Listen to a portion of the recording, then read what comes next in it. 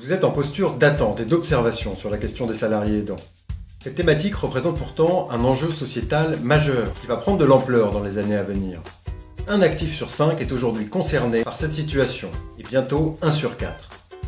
La charge de travail d'un salarié aidant peut avoir un impact aussi bien sur la vie personnelle, comme le stress, la fatigue, que sur la vie professionnelle, comme par exemple l'absentéisme subi, la baisse de la qualité du travail. La grande majorité des salariés aidants ne parlent que très peu de leur situation à leurs collègues ou à leur hiérarchie, alors même qu'ils sont en situation de fragilité et souhaiteraient pouvoir être soutenus par leur entreprise et par les dispositifs qu'elle pourrait proposer. Encore faut-il disposer d'un outil vous permettant de les identifier afin de mettre en place des dispositifs internes qui d'ailleurs ont fait leur preuve ailleurs. Votre entreprise y aurait d'ailleurs un grand intérêt en termes aussi bien de RSE que de santé au travail, de marque employeur ou encore de diversité. Et que vous soyez vous-même porteur de cette action de manière innovante valorisera incontestablement votre activité au sein de votre entreprise. Alors quelques conseils.